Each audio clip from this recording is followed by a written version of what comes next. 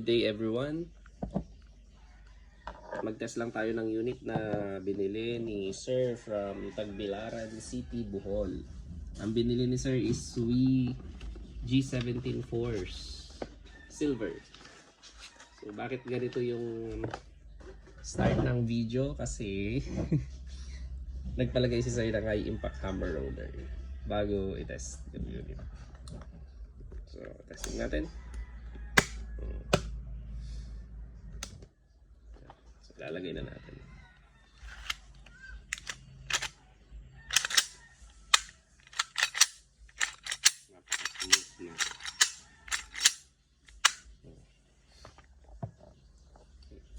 Maglagay tayo ng PDs for 5 shots.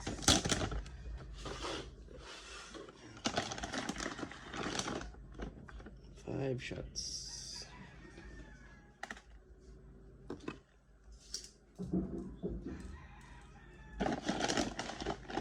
Itong ganitong WE is may magwell siya, tapos yung base pad mas mahala pa. Pero pwede pa rin yung ordinary na magazine ng Wii block.